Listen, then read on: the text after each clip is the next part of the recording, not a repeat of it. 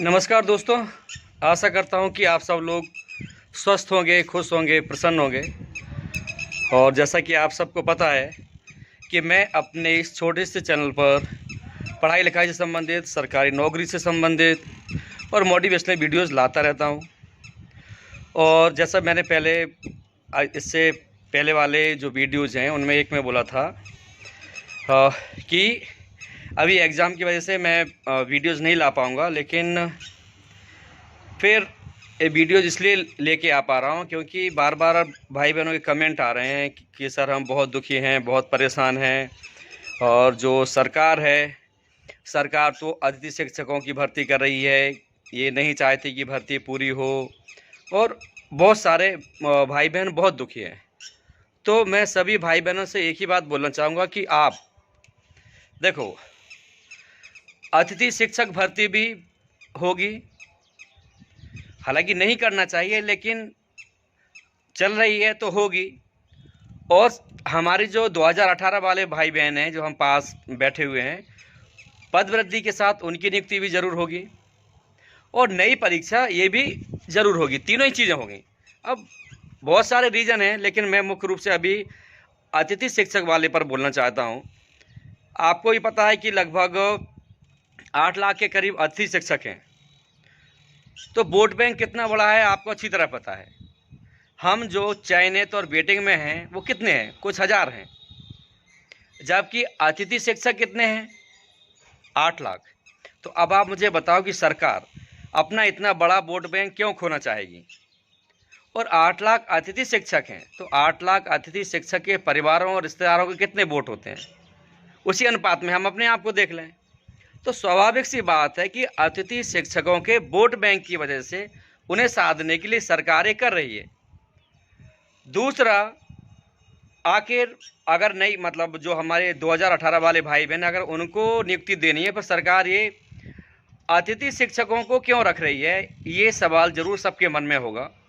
तो उसका जो मुख्य कारण मैंने आपको बता दिया कि इनको साधने का। दूसरा, आप इसको ऐसे सोचिए कि कुछ भाई बहन कोरोना काल की वजह से अपने जो 200 और 300 दिन वाला जो क्राइटेरिया है उसके पास में ही बैठे हैं।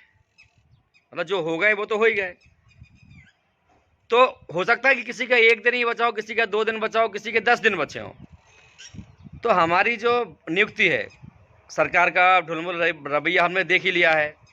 जो वेटिंग वाले हैं और जो पद वृद्धि चाहते हैं कि आचार संहिता से पहले ये लोग नहीं करेंगे। भला ही इनके पास, अधिकारियों के पास भी राइट है, लेकिन उनका भी ऐसा करने का कोई इरादा नहीं है क्योंकि उन पर भी जो चुनाव है, चुनाव को संपन्न कराना उन्होंने प्राथमिकता रखा है, ना कि हमारी भर्ती कराना।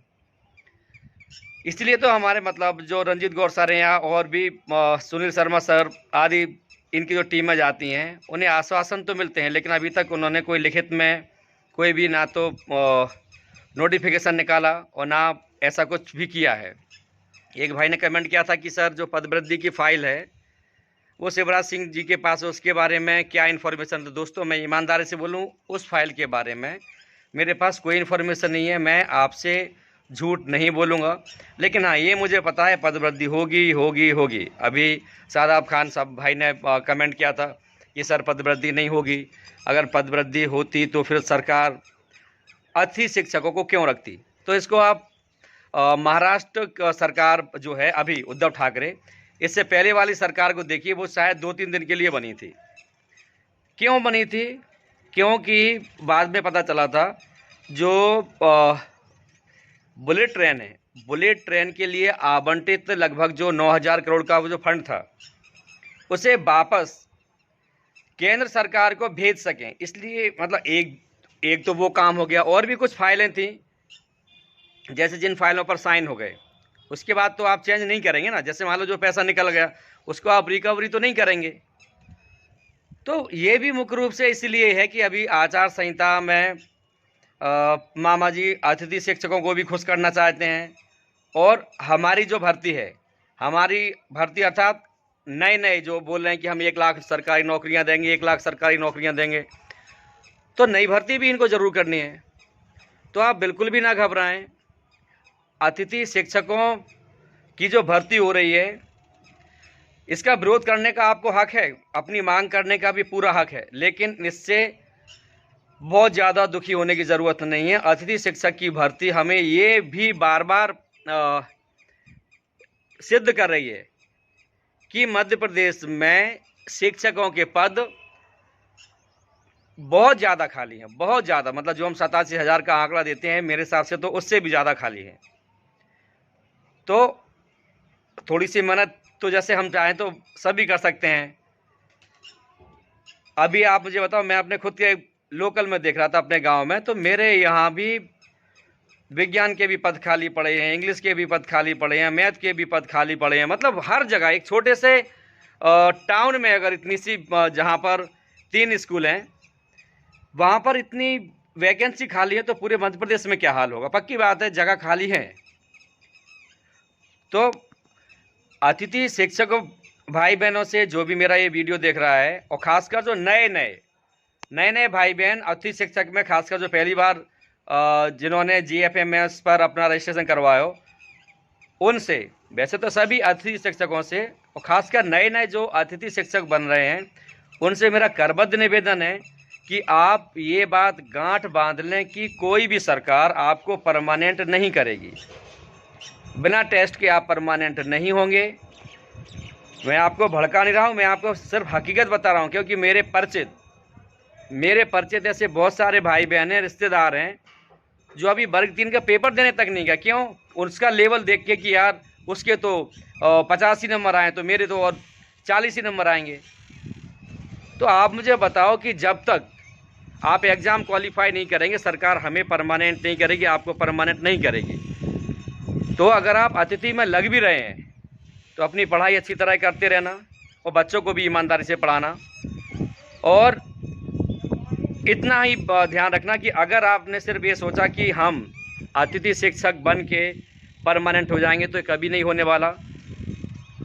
और आपको भी पता है कि सिलेबस भी अपडेट होते रहते हैं, तो आप अपने आप को ज़माने के हिसाब से अपडेट रखिए। आप जो सब्जेक्ट पढ़ा रहे हैं, आप मुझे बताओ, सिर्फ सब्जेक्ट का टेस्ट तो हो रहा नहीं है। सब्जेक्ट में मान लो आपके 60 नंबर आ भी गए, तो यार 90 नंबर और कहाँ से लाओगे? बताओ ना आप मुझे। 60 नंबर 150 में से कितने? 40%। सिर्फ 40 में से 40% आपको दे दिया जाए तो पास होने के लिए और भी तो चाहिए। अब ये मत बोलना कि हम 10 तो ले ही आएंगे। दोस्तों, अगर 10 ले ही आते तो यार अभी इतना बुरा हाल नहीं हो रहा होता वर्ग 3 में। तो जब वर्ग 3 का पेपर इतना टफ दिया है, तो वर्ग 2 और वर्ग 1 का नया पेपर कितना टफ देंगे। मैं बार बार समझा चुका हूं कि जो भी वर्ग 2 की तैयारी कर रहे हैं, वर्ग 1 की तैयारी करें, तैयारी खूब करें, क्योंकि कन्फर्म है सरकार बिल्कुल नहीं चाहती कि ज़्यादा लोग पास हों, खासकर अतिथि भाई बहन पास हो सकें। क्योंकि अगर वो पास होंगे तो शोर मचाएंगे, उधम मचाएंगे। इससे बेहतर है उन्हें पास ही ना होने दिया जाए। तो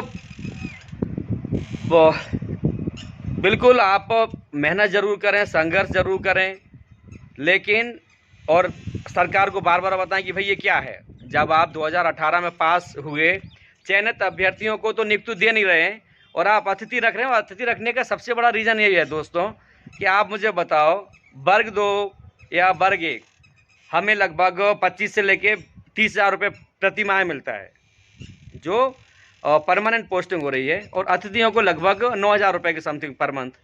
तो यार आप मुझे बताओ, सरकार को सीधा 3 गुना ज़्यादा फ़ायदा हो रहा है कि नहीं? तो सरकार की ये मंशा है। एक दूसरा, मैंने आपको बता दिया, वोट बैंक। तो आप लोग हताश ना हो, तैयारी करते रहें, तैयारी से बिल्कुल भी दूरी ना बनाएं।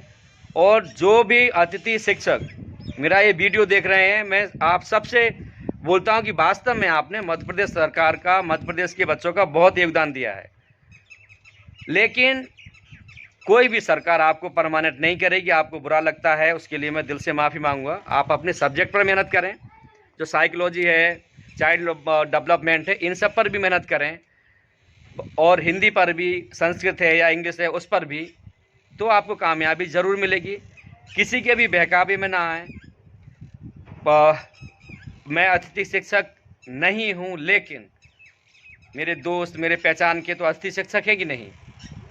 तो इसलिए क्या है, आपके पास कल मेरे पास एक स्टूडेंट आया, उसकी बहन के पास पता है कितने दिनों का है। यार आप लोग मैं बिल्कुल लगभग चैलेंज के साथ कहता हूं कि जितने भी मेरे वीडियो देख रहे हैं, एक भी भाई बहन के पास शायद नॉट श्योर इतना ज़्यादा नहीं होगा, उसके पास लगभग 800-900 दिनों का अनुभव प्रमाण पत्र है। लेकिन उस बेचारे की बदकिस्मती क्या है, जैसे जो 2018 वाले हम रो रहे हैं, उस बेचारी की तो सिर्फ इतनी गलती है कि सरकार ने 2008 के समय पर एक रूल निकाला था कि हम इंटरनेट की मार्कशीट को एक्सेप्ट नहीं करेंगे। उसकी सिर्फ इतनी सी गलती है कि उस बेचारी का रिजल्ट भी आ गया था सब कुछ, लेकिन उसके पास इंटरनेट की मार्कशीट थी। आप मुझे बताएं 2018 और ये अब 2022 चल रहा है और 23 तक हो सकता है भर्ती हो, तो 15 साल उस लड़की के बारे में आप सोचेंगे ना, तो उसके रिश्ते हो पा रहे हैं ना कुछ हो पा रहा है, और उसका पूरा परिवार ही डिप्रेशन में है। तो यार ये तो वास्तव में सरकार की भी बड़ी ही अजीब सी कहानी है। अरे भाई, आपने जो रिजल्ट निकाला था, चाहे वो D.Ed का हो चाहे 12th का हो, रिजल्ट तो आपने ही निकाला था, तो आपको अपनी मार्कशीट पर भरोसा नहीं। कल का ही बता रहा हूँ दोस्तों, कल ही उसका भाई आया कि भैया कहीं कोई रिश्ता हो तो बताओ। तो यार बताओ मुझे, वो लड़की उसका परिवार कितने डिप्रेशन में होगा। तो सरकार की बहुत सारी विसंगतियां हैं और सरकार शायद कभी ऐसा सोचती नहीं। सरकार को लगता है कि यार वो एक ही लड़की है। अगर मान लो वही कोई महिला विकास समूह होता जिसके अंतर्गत लाखों लड़कियां किसी ग्रुप में होती, तो सरकार अपने आप उस बच्ची की बात सुनती। तो सरकारों को मुख्य रूप से वोट बैंक से मतलब है, आपके हित अहित से कोई मतलब नहीं है। लेकिन मेरा ज़रूर इतना आप सब के लिए एक ही रिक्वेस्ट है कि आप प्लीज़ अपनी पढ़ाई किसी भी हाल में बंद ना करें, चाहे आप अतिथि हो या अतिथि ना हो, फिर आपको कामयाबी ज़रूर मिलेगी। अतिथि भाई बहनों ने, फिर से बोल रहा हूँ मैं, मध्य प्रदेश के बच्चों को पढ़ाने में और सरकार को बहुत योगदान दिया है। उनके योगदान को किसी भी हाल में नहीं भूला जा सकता। लेकिन आपको कामयाबी जब मिलेगी तभी मिलेगी जब आप अपने सब्जेक्ट पर अच्छा कमांड करेंगे। उसके अलावा और भी जो बाल विकास हो गया, हिंदी, इंग्लिश, संस्कृत, इनकी तैयारी आप अभी से करते रहेंगे, तब जाके आपको कामयाबी मिलेगी। किसी भी सरकार के बहकावे में आने की कोई भी ज़रूरत नहीं है। आशा करूँगा कि आपको मेरा ये वीडियो पसंद आएगा। आप खुश रहिए, आगे बढ़िए। जय हिंद, जय भारत।